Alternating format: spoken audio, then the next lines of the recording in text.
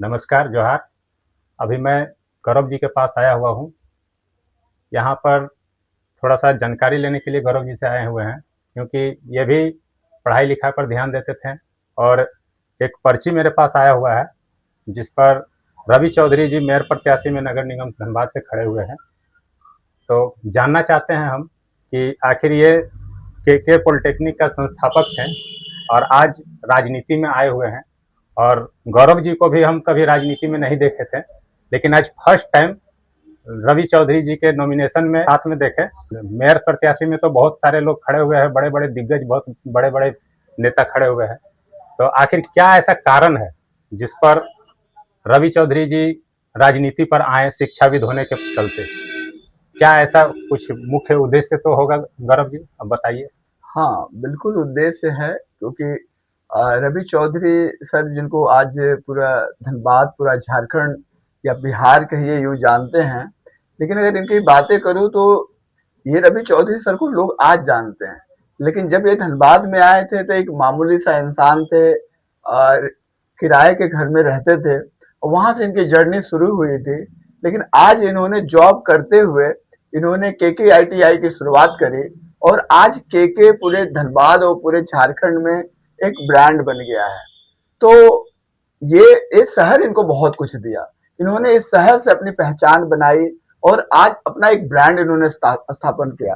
तो इन्हें यही लगता है कि ये शहर हमें बहुत कुछ दिया है। तो अब मेरी बारी है कि मैं राजनीति के द्वारा यानी सेवा करके लोगों को मैं सेवा प्रदान करूं। तो इनका मुख्य उद्देश्य राजनीति में आने का कारण यही है कि मैं सेवा करूं। मैं लोगों का, जो लोगों ने मुझे यहाँ प्यार दिया, इस शहर से जो मुझे सम्मान मिला, अब मेरी बारी है इस शहर को मैं कुछ राजनीति के माध्यम से कुछ सेवा कर पाऊं। ऐसे ही राजनीति पर पहुंचते हैं, उसके बाद इन लोगों का अपना लूट खसोट चालू हो जाता है। तो क्या उम्मीद धनबाद के लोग कर सकते हैं कि ये जो प्रत्याशी खड़े हुए हैं नगर निगम में, तो ये आगे चल करके भ्रष्टाचार मुक्त धनबाद को करेंगे? राजनीति में करियर बनाने नहीं आ रहे हैं। आज इन्होंने, इनकी करियर बन गई है। आज केके को पूरा झारखंड, पूरा बिहार जानता है। अब इनको राजनीति से पैसे नहीं कमाना है। तो जब राजनीति से पैसे ही नहीं कमाना है तो फिर ये लूट खसोट वाला तो चीजें ही नहीं रहेगी। तो सीधा सा बात है कि ये सेवा करने के लिए आ रहे हैं। जब पैसे कमाना रहेगा, होता है ना कि बहुत सारे आज ऐसे नेता हैं जो अभी वोट के लिए करोड़ों रुपया डिस्ट्रीब्यूट करेंगे। तो जब करोड़ों डिस्ट्रीब्यूट करेंगे तो जाहिर सी बात है करोड़ों लेंगे भी। तो इनका सीधा सा कहना है कि ना हम देंगे ना हम लेंगे। तो सीधा सा बात है कि पूरी तरह सेवा करने के लिए आ रहे हैं। इनका विजन और मिशन है कि स्कूली बच्चों को निःशुल्क शिक्षा। क्या अपने स्कूल पर निःशुल्क शिक्षा देंगे या सरकारी स्कूल जो है उन पर निःशुल्क शिक्षा करेंगे, और प्रत्येक वार्ड में कक्षा 1 से 10 तक सभी स्कूलों का ट्यूशन फीस, किताब एवं ड्रेस निःशुल्क उपलब्ध कराना है? इस पर क्या राय है आप? राकेश जी, जहां तक एजुकेशन की बातें आती है तो अभी तक आम जनता को शायद बहुत कम लोगों को ये पता होगा, क्योंकि बहुत सारे ऐसे लोग हमारे राजनीति में ऊपर बैठ जाते हैं जो आम जनता को बहुत सारी सुविधाओं के बारे में बता भी नहीं पाते। तो मैं आपको बताऊं कि अगर आप मेट्रो सिटीज में जाएंगे, लाइक दिल्ली, मुंबई, कोलकाता जैसे शहरों में, तो आपको पता होगा कि वहां पर क्या होता है कि निगम की अपनी स्कूल होती है, निगम की अपनी हॉस्पिटल होती है। तो आपको भी पता होगा, चूंकि आप भी लोकल हैं, मैं भी यहाँ लोकल हूँ, तो आपको पता है धनबाद में निगम का अपना कोई स्कूल है? नहीं है। यहाँ अपनी इसकी हॉस्पिटल है? नहीं है। तो सर खुद एजुकेशनिस्ट हैं, शिक्षाविद हैं, तो ये चीजों को समझते हैं। तो चीजों को समझते हैं तो इनका टारगेट यही है कि जब मैं आऊं तो निगम की अपनी स्कूल होगी, और निगम की जब अपनी स्कूल होगी तो जाहिर सी बात है उसमें पैसे नहीं लगेगा, उसमें निगम पे करेगी। अगर निगम की अपनी हॉस्पिटल होगी तो उसमें भी पैसे नहीं लगेगा, तो निगम करेगी। और दूसरा चीज सर का ये भी मानना है कि जो बच्चे अभी जहां भी पढ़ रहे हैं, जैसे बहुत सारे बच्चे डीएवी में पढ़ रहे हैं, बहुत सारे बच्चे अलग अलग कॉन्वेंट स्कूल में भी पढ़ रहे हैं, तो सर का ये भी एक मैनिफेस्टो है कि जब हम आएंगे तो उनके बच्चे जो डीएवी में पढ़ना चाहते हैं तो डीएवी में ही पढ़े, लेकिन उनकी फीस निगम के माध्यम से दी जाएगी। और जहां तक ट्यूशन वगैरह की बातें हैं तो वो भी निगम उनका बेयर करेगा। एक सवाल और गौरव जी आपसे। हम लोग जिस एरिया पर रहते हैं वो फुल्ली डस्ट वाला एरिया है, मतलब कहने का मतलब है कि कोयलांचल धरती पर हम लोग रहते हैं, और यहाँ पर प्रोजेक्ट इतना हावी हो गया है कि हम लोग यहाँ पर शुद्ध हवा नहीं ले पाते हैं, और ना ही बीसीसीएल और ना ही आउटसोर्सिंग वाली। यहाँ पर पेड़ पौधा लगवा रहे हैं, ना ही किसी तरह का कोई शुद्ध हवा का कोई पर्यावरण के पीछे कोई ध्यान देते हैं। अगर कोई यहाँ का लोकल आदमी अगर किसी तरह से उनका विरोध भी करते हैं तो डायरेक्ट उनके ऊपर केस मुकदमा हो जाती है।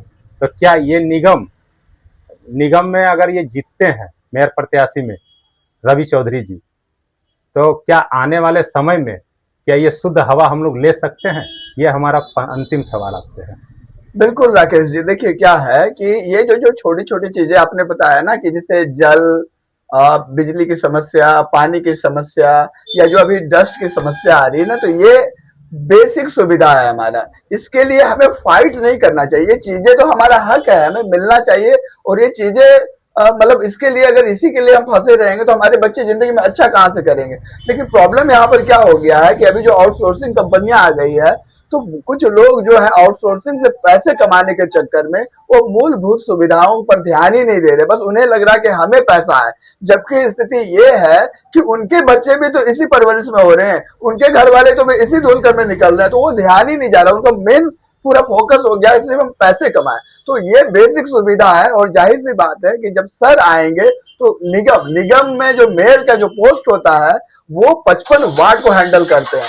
और वो गारंटी दे रहा हूं कि जितनी भी चीजें इन मैनिफेस्टो में लिखी हुई है, जितने भी सवाल आपने की है, एक एक चीज पर बातें होगी और एक एक चीज को दुरुस्त किया जाएगा।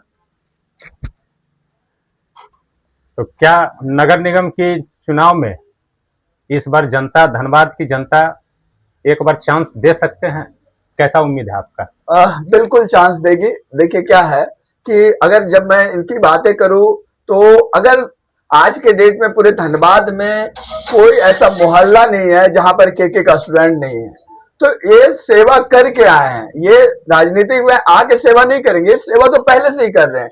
इनके आज लाखों स्टूडेंट आज केके से निकले हैं जो आज जॉब में गए हैं। तो आज जिसके भी बच्चे जॉब में चले गए हैं, जिनके भी बच्चे केके से पढ़े हैं, जिनकी करियर बन गई है, तो जाहिर सी बात है कि लोग उनको सपोर्ट करेंगे। तो आज धनबाद में हर मोहल्ले में केके का स्टूडेंट है, तो जाहिर सी बात है इनका बहुत ज्यादा चांसेस है। और दूसरा चीज है कि अगर 30-35 साल 40 साल का पूरा बैकग्राउंड चेक करेंगे तो मैं नहीं कह रहा हूं, आप जाके कहीं पर भी सर्च आउट कर सकते हैं कि एक भी क्रिमिनल रिकॉर्ड सर के नाम से नहीं है, कहीं पर भी कुछ भी नहीं है। तो अगर जनता साफ सुथरा चेहरा चाह रही है तो पूरे धनबाद में एकमात्र चेहरा है इंजीनियर रवि चौधरी सर। तो जाहिर सी बात है कि मैं तो पूरे दावे के साथ कह सकता हूं कि इस बार एज ए मेयर प्रत्याशी नहीं, एज ए मेयर धनबाद को मिल रहे हैं इंजीनियर रवि चौधरी।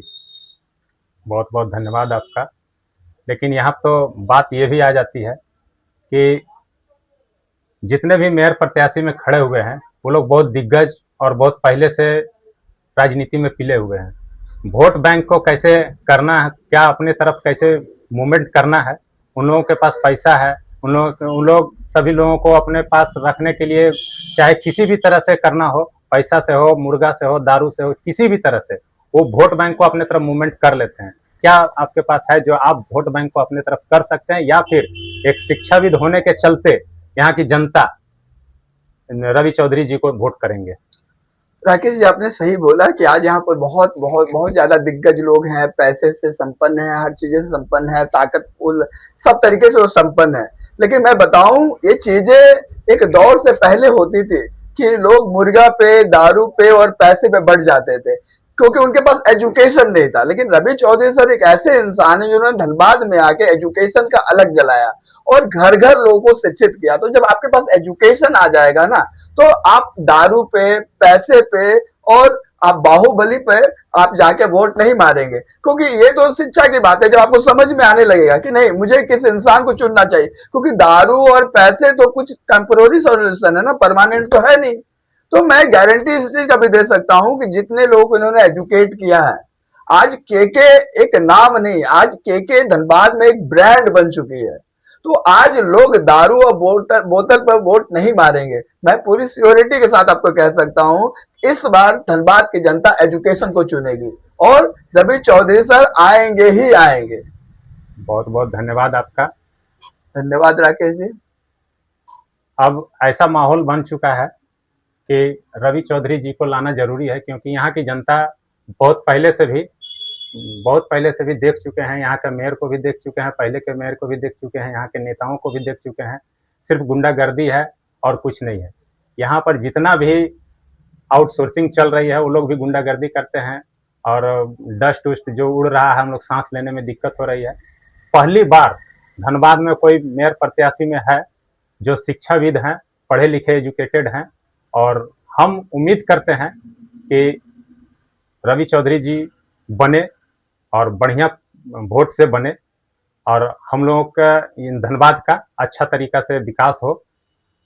बहुत बहुत धन्यवाद आपका, और राकेश आगे जी, आगे आपका बात भी करते हैं। फिर हम रवि चौधरी जी से भी मिल करके, सर से मिल करके एक बार बात करेंगे कि आपका व्यू और मिशन क्या है। फिर आने के बाद आप बदल तो नहीं जाइएगा, जिस तरह से और नेताएं बदलते हैं राजनीति में आने के बाद।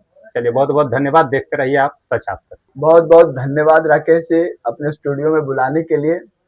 और मैं लास्टली बस यही बोलना चाहूंगा धनबाद की जनता से कि एक शिक्षाविद आपके पास आ रहे हैं, तो आप अपना बहुमूल्य वोट इन्हें दीजिए और सर को भारी बहुमत से जिताइए। और लास्टली आपसे यही कहना चाहूंगा कि रवि चौधरी सर मिस्री का एक ढेला है, जो आप इन्हें चूस चूस के इन्हें मजा लीजिए, हबक्का मत मारिए, तो बहुत स्वाद आएगा और जीतने के बाद आपको बहुत बहुत बहुत स्वाद देंगे। धन्यवाद।